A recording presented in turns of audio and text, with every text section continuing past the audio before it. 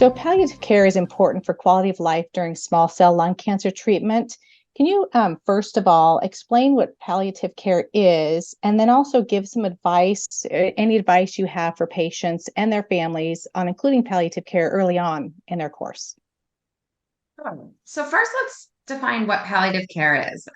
It seems like a big word, and sometimes people get a little concerned or confused when they hear that, and they think, "Oh, does this mean like I'm at the end or something like that?" And it absolutely does not. So palliative care means helping with supportive care or treatment of your side effects or symptoms.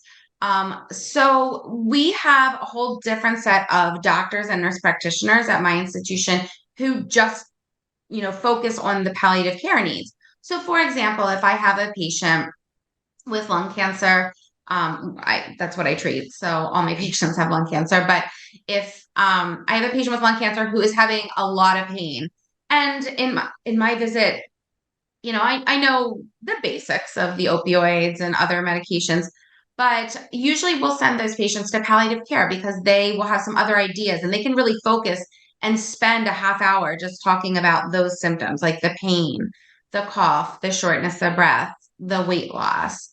Some people call it a palliative care service, other people call it a supportive care service. That's another kind of term for it. The other thing that palliative care teams often do is what's called a goals of care discussion. And that can mean a lot of different things to patients. What are your goals with life in general? Not even related to your cancer. Learning about you, like who do you live with? Who is dependent on you? Who are you dependent on?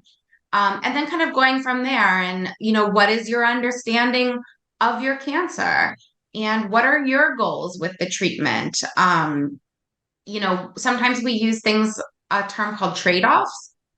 We would say, if, the cancer, we're treating it and it's worsening, and then we have another treatment for it. And those side effects may be a little bit harder. Is that something you want to risk? Is being in the hospital and maybe being sick over the holidays or something? Or would you prefer not to do that?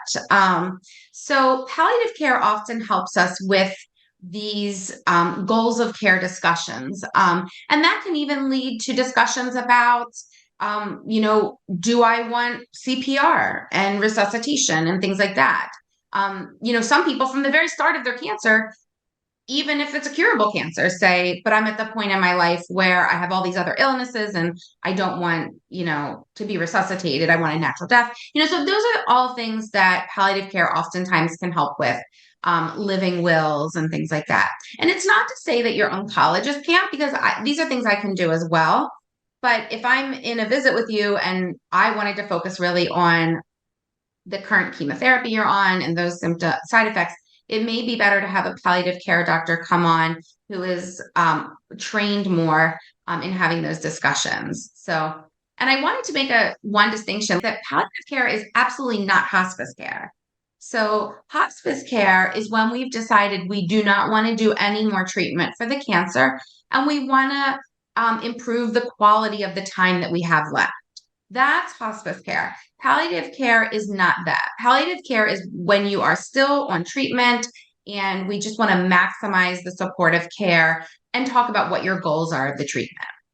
So I think my activation tip here for palliative care is that we often use it in lung cancer. There's even a study, there's even data to show in lung cancer that patients who see palliative care, in addition to their primary oncologist, actually live longer and have improved quality of life.